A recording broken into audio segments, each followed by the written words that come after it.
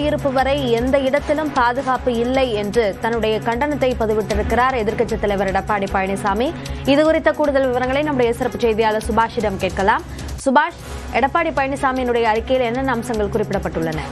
விருதுநகர் மாவட்டம் ராஜபாளையம் அருகே நச்சாடை தவத்திரு கோயிலில் அமைந்திருக்கும் கோயில்ல இரவு காவலர்கள் இருவர் வெட்டி கொலை செய்யப்பட்டு அவர்களது உடல் கோயில் கொடிமரத்தில் கிடந்ததாக வரும் செய்தி அதிர்ச்சி அளிப்பதாகவும், அதே போல சென்னை மாநகராட்சி 196வது வார்டு பெண் கவுன்சிலர் அஸ்வினி கருணா அலுவலகம் மீது நாட்டு வெடிகுண்டு வீசி தாக்குதல் நடந்திருப்பதாக வரும் செய்தி அதிர்ச்சி அளிக்கிறதாக அதிமுக பொதுச் செயலாளர் எடப்பாடி பழனிசாமி தனது எக்ஸ்தல பக்கத்தில் குறிப்பிட்டிருக்கிறார். கோவில் முதல் காவலர் குடியிருப்பு வரை எங்குமே பாதுகாப்பற்ற சூழல் இருக்கிறது. தமிழகத்தில் ஆட்சி என ஒன்று எதற்குத்தான் இருக்கிறது என்ற கேள்வி எழுப்பியிருக்கிறார். பட்டாக்கத்தி, அரிவாள் தொடங்கி துப்பாக்கி, வெடிகுண்டு என தமிழ்நாட்டின் சட்டம் ஒழுங்கு பாதாளத்திற்கு கொண்டு சென்றது முதல்வர் இதற்கு முழு பொறுப்பேற்க வேண்டும் என்றும், ஆள தெரியாமல் ஒரு சில அதிகாரிகள் கைப்பாவையாக காவல்துறை சுதந்திரமாக செயல்பட விடாமல் முடக்கி வைத்திருப்பதாக குற்றம் சாட்டியிருக்கிறார்.